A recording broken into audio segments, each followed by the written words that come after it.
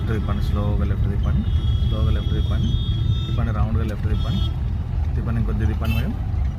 సరిపోతుంది. రైట్ తిప్పండి. Yes. So ఇట్లాంటి జంక్షన్స్ దగ్గర మీరు ఎక్సిలేటర్ అనేది ఇవ్వకూడదు.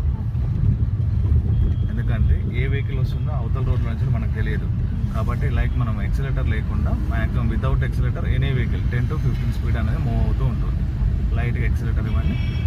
సో ఈ రోడ్డు క్రాస్ అయిన తర్వాత వెళ్ళిపోతూ ఉండాలి. ఎందుకంటే ఆ రోడ్ల నుంచి వచ్చే వెహికల్స్ ఉంటాయి కదా, ఎదుటి వ్యక్తికి మనము ఇబ్బంది కలగకుండా మనం డ్రైవ్ చేసుకోవాలి. అంటే మన రోడ్లో మనం వెళ్ళిపోతూనే ఉండాలి. కాకపోతే రైట్ లెఫ్ట్ అబ్జర్వేషన్ చేయాలి ఖచ్చితంగా. మీరు లెఫ్ట్ సైడ్ మిర్రర్ ఎక్కువ అబ్జర్వేషన్ చేసుకోవాలి.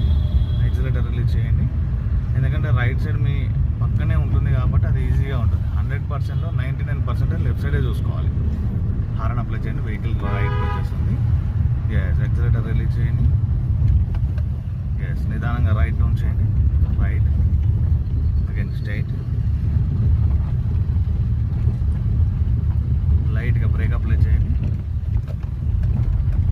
ఎస్. బ్రేక్ రిలీజ్ చేయండి. నిదానంగా లెఫ్ట్ టర్న్ చేయండి. టర్నింగ్ ఉంది కదా, లైట్గా లెఫ్ట్ టర్న్ చేయండి. టర్న్ చేయండి, లెఫ్ట్ టర్న్ చేయండి, లెఫ్ట్ టర్న్ చేయండి, చేయండి, లెఫ్ట్ టర్న్ చేయండి,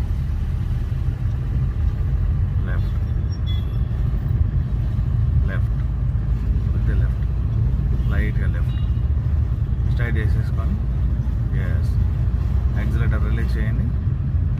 ఎస్. కొద్దిగా లెఫ్ట్కి రానివ్వండి, మళ్ళీ స్ట్రైట్ చేసేసుకోండి. ఎక్సిలేటర్ ఇవ్వండి.